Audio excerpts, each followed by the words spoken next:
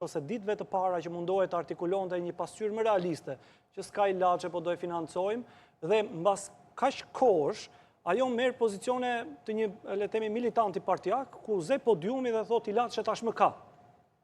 Dhe imagjinoni se çfarë duhet të përjetojë një mjek në një pozicion spitalor ku duhet ti tregoj qytetarit që s'ka ilaçe.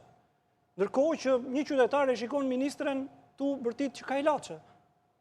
Dhe nuk mungon asgjë. Nuk mungon asnjë. Dhe kjo çfarë bën? Kjo e transferon konfliktin nga ministria tek mjeku.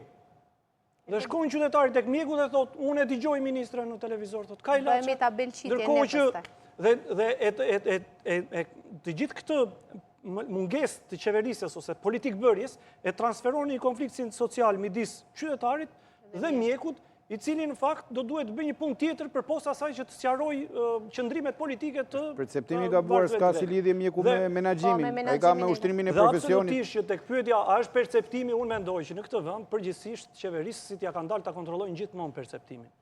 Dhe unë kam të njëjtën qëndrim ose qasje që këtu perceptimi është shumë i ulët për problematikat, sesa në fakt problematikat janë në vetvete.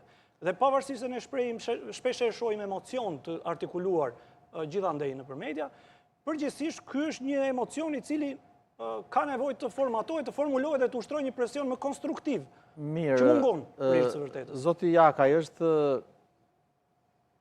bërë një goxha punë në fakt, po të referojmë edhe nga përvoja individuale se cilit prej nesh që ka shkuar në mjediset e spitaleve 10, 12 vjet apo 7, 5, 6 vjet më parë me sot.